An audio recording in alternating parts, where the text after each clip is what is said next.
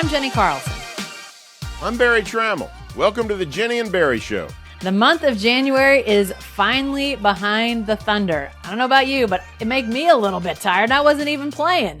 We knew it was going to be a slog, 17 games, 5 back-to-backs, but now that it's in the rearview mirror, let's consider how the Thunder fared. Good signs, bad trends. We'll talk about all that and more, but first we want to say thanks to these sponsors for supporting the Jenny and Barry Show.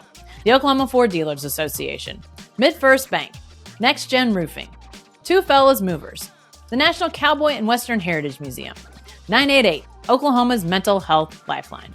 Drive into your best in Oklahoma Ford dealers today for the best deals on Ford's full lineup of trucks and SUVs. Ford is the best in Oklahoma.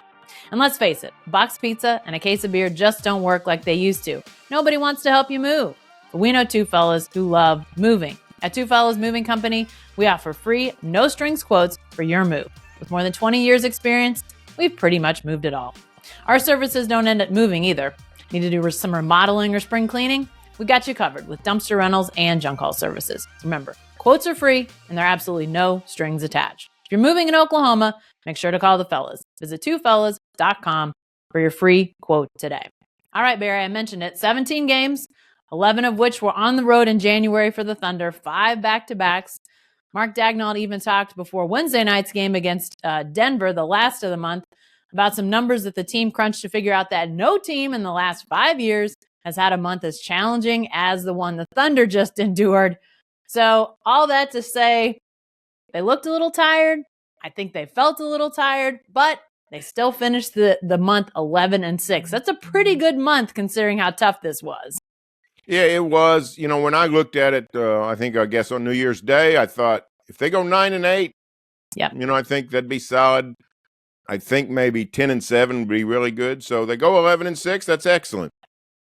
I do think there's a little bit of a persecution complex going on here. I don't know that this was the toughest month in NBA history by a franchise, but it was grueling. And here's what Mark has even mentioned this. It was grueling for everybody. The in-season tournament in November sort of expanded the schedule a little bit and made it be condensed elsewhere. That elsewhere is January. So everybody's worn out. Everybody's playing a rugged slate, and the Thunder came through it really well. So especially even this last 2 games, home games against your arch rivals for Western Conference supremacy, Minnesota and Denver, they split. A sweep would have been nice, but getting swept would have not been nice. So a split. Yeah, for sure. Good. Now the Thunder sitting 33-15, second in the West, but maybe even more important than that, Barry, Thunder 5 games ahead of 5th. And even though they kind of had their moments stepping into the end of the month when you thought, oh boy, and we'll talk about more of that in a second. Detroit. Whoop. Yeah, Detroit, exactly. Definitely not a good loss there at all. But, where they sit right now, you have to feel like, okay, a little bit longer. They're to the All-Star break. Some of these young guys that maybe aren't used to this get a little bit of a break. But 5 games ahead of 5th, Barry, we've talked before. Is the Thunder at a point where not having home court in the first round is a foregone conclusion? January may have secured it because I'm with you. 9-8, 8-9 even, you would have thought, okay, that was pretty decent for this team. 11-6, boy, you got to feel really good about that if you're the Thunder.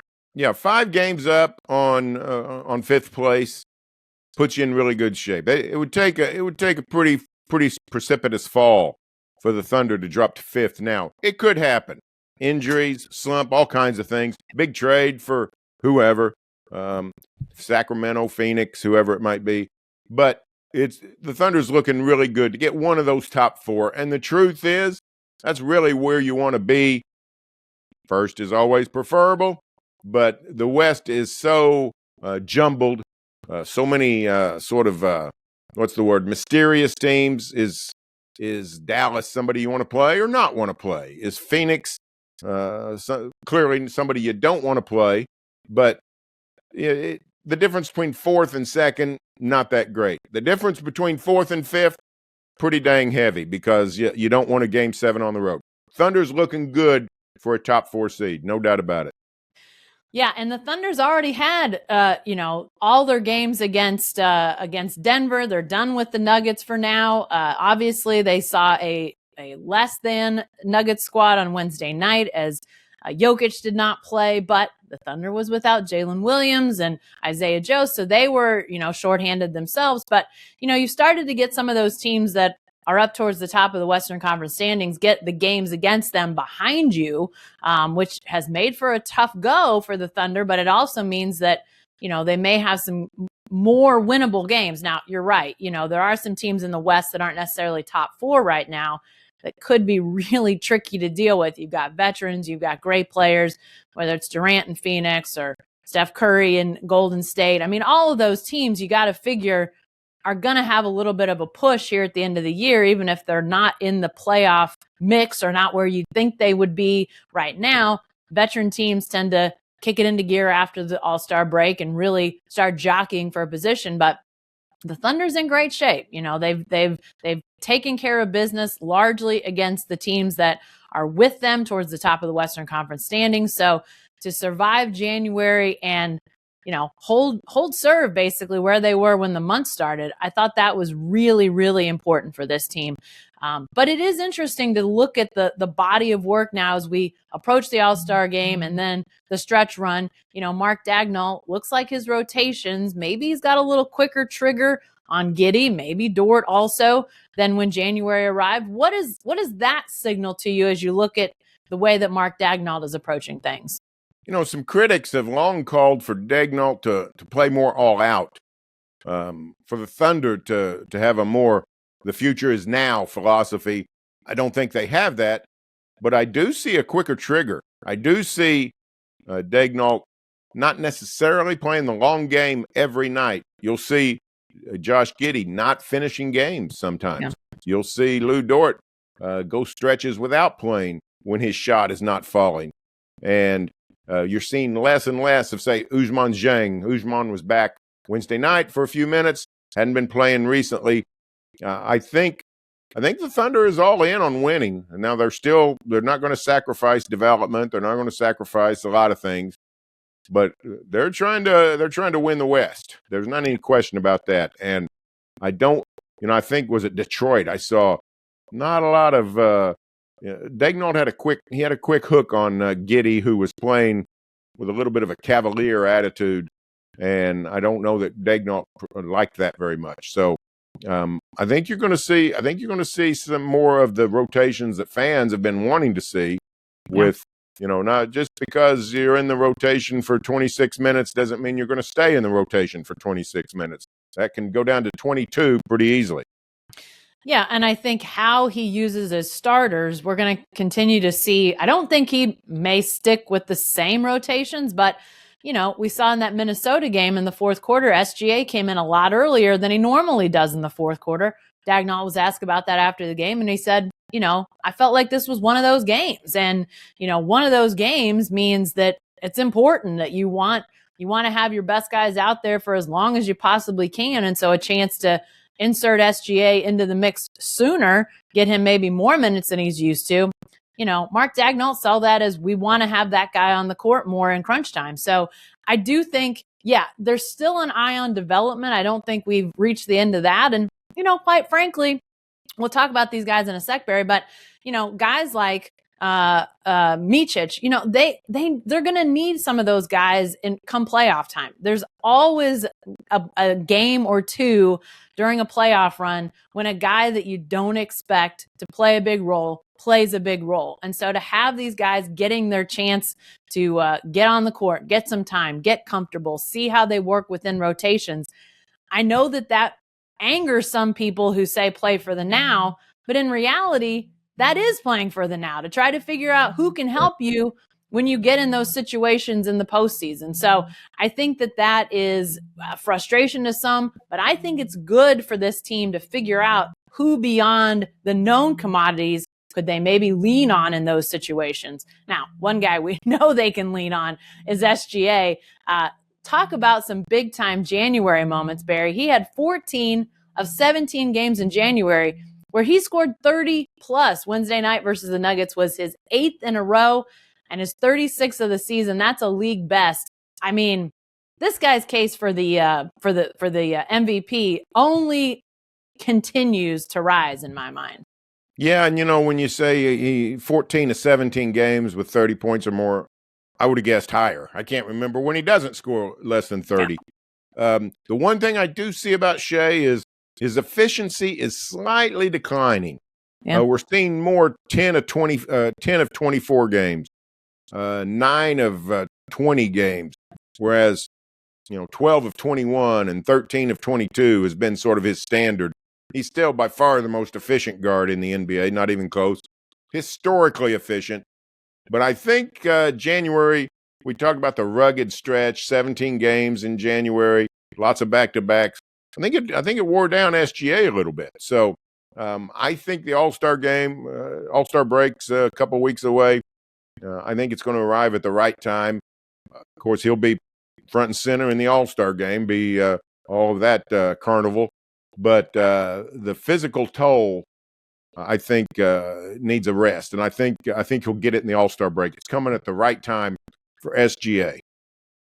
Yeah, I mean, I think it has been impressive, and obviously there have been times when I've thought he did look a little bit tired, but yet he still plays very much the way he always plays, which I think is remarkable considering, the way that he has to, a lot of times is creating things, and it's not easy with the physicality of this league. So, the contact he's taking, just the different aspects of the way he plays the game. It is not easy. He gets knocked down a lot, gets fouled a lot, which I know has drawn scrutiny, but he gets fouled a lot. Let's look at the evidence. You can see him getting fouled a lot. So he definitely takes contact. And so I have no doubt that this has been a wearing stretch for him as well.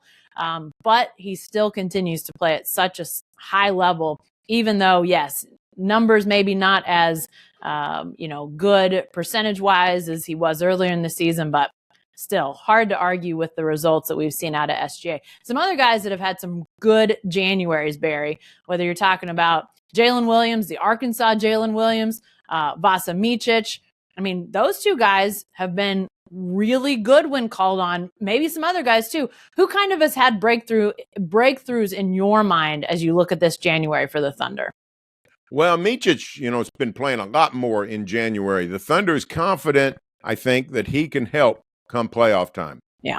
Some games he won't play, but some games he will against the right matchups, and he can make a difference because he's so finely tuned as a basketball player.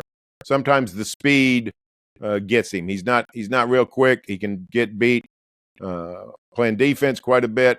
He's still more of a European player than an NBA type, but he's really good at directing the offense, the passing, the distributing the ball. He's savvy around the basket. He's going to help at some point, I think, in the postseason. And Arkansas Williams has sort of staged a revival. Truthfully, he has not been as good this season as he was a year ago, both with that three-point shot and just his general overall play. Chargers taking charges way down. But here in the last month, he's asserted himself both offensively and defensively in new ways. He's blocking more shots, protecting the rim a lot more. He's scoring around the basket more. So I take that, and Mark Daigneault has responded by playing Arkansas Williams with Chet Holmgren more. They played several minutes together, both against Denver and Minnesota, fairly big teams, which the Thunder's going to have to do some of that. Can't go small all the time. Yeah. So I think a very good month for those two. Somebody like Aaron Wiggins, he has a good month every month. I mean, he's sort of like Santa Clara Williams, only coming off the bench. Just you know what you're getting with those guys. So, but Arkansas and Micic, they've really raised their stock. Yeah, kind of revivals in their instances. Although I don't know if Micic, he wasn't reviving himself from last year, but just kind of pushing himself to the forefront and showing what he can do, even in limited minutes, I think has been really positive because you do need somebody who can maybe handle the ball a little bit more with that second unit. I assume as we hit stretch run playoffs, you're going to see a lot more staggering with the starters where you're likely to have a ball handler out there regardless of who's with the reserves, whether that's Jalen Williams, Santa Clara, Jalen Williams, or, somebody else. I think you'll see a ball handler on the court at all times. But having Micic, I think, is going to be important. And yeah, while Wiggins, and I even throw Kenrich Williams in there, I mean, those guys, you wouldn't say that they had an emergence or a breakthrough in January, but it sure is nice when you see those guys having, big moments and you think, okay, if put into a pinch, you can get offense out of those guys. You can get rebounds out of those guys. You can get them guarding bigger guys. I mean, you can get all sorts of good stuff out of those two. I think we've talked in the last couple of weeks about how Jalen Williams, Santa Clara Jalen Williams, is sort of a Swiss Army knife. Well, those guys are too. I mean, they just do a little bit of everything pretty darn well, and you can put them in a lot of different situations and they'll make it work. So I think that continues to be a real positive for this team as they think about playoffs and, minutes and just the stress that comes with late season basketball and playoff basketball.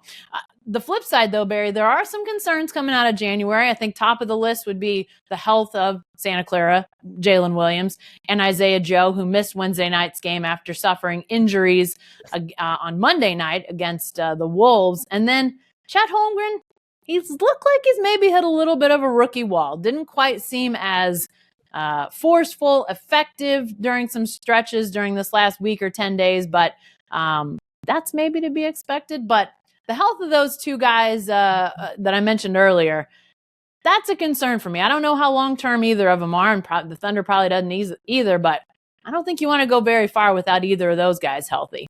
No, and, Santa Clara, Isaiah Joe's basically the sixth man, instant offense. He's going to finish a lot of games. Santa Clara Williams is going to be on the court just every second that he can, other than just taking a rest. So indispensable is what Santa Clara Williams is. Isaiah Joe has turned himself into a very valuable player. The Thunder's been very lucky with the injury situation the last 2 years, and the truth is that's what happens when you have young guys. The load management crowd is they got a 30 in front of their age, a 3. So it's the Thunder's in prime shape to get a lot of minutes, a lot of games out of their prime core, and there are going to be a few injuries. Clearly, they're not going to succeed long term this season if Santa Clara Williams isn't playing. But his return is vital. Same with Isaiah Joe, because the Thunder so depends on that 3-point shot from Isaiah Joe. When the Thunder's been an incredibly hot shooting team most of the season, it's come way down here in the last month. Isaiah Joe is the one guy that sort of remains steady and the best shooter on the team. So need both of those guys. Chet Holmgren, I agree, struggling, hit the rookie wall. But I will say this, he came out fighting, had a great game against Denver. Just fantastic. 5 block shots, I think it was, 3 in the first 6 minutes. Really set the tone, rebounded great. Scoring, made the big 3-pointer that sort of sealed the game. So good sign for Chet Holmgren to snap out of that slump. He's a budding star. He's going to be fine. There's going to be some potholes. The fewer the potholes, the better this portends for the Thunder season.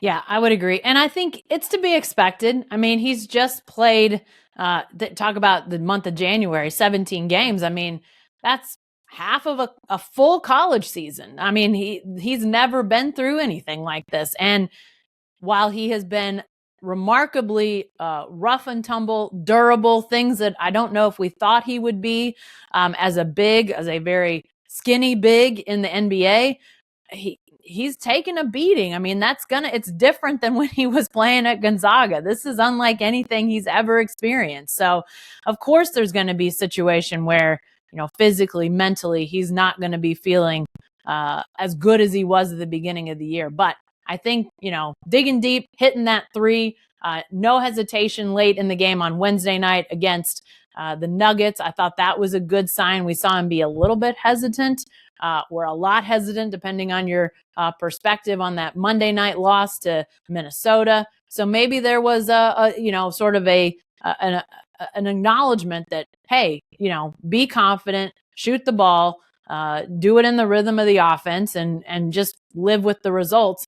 But he looked a lot better. I thought he looked more confident on Wednesday. And, it's not like he suddenly had some sort of elixir or fix for, how he felt or any of that. I think it was probably just, hey, let's look at this. Let's talk about it. I'm sure Mark Daigneault, his assistants, all the coaches working with Chet Holmgren had that message, and he seemed to take it to heart.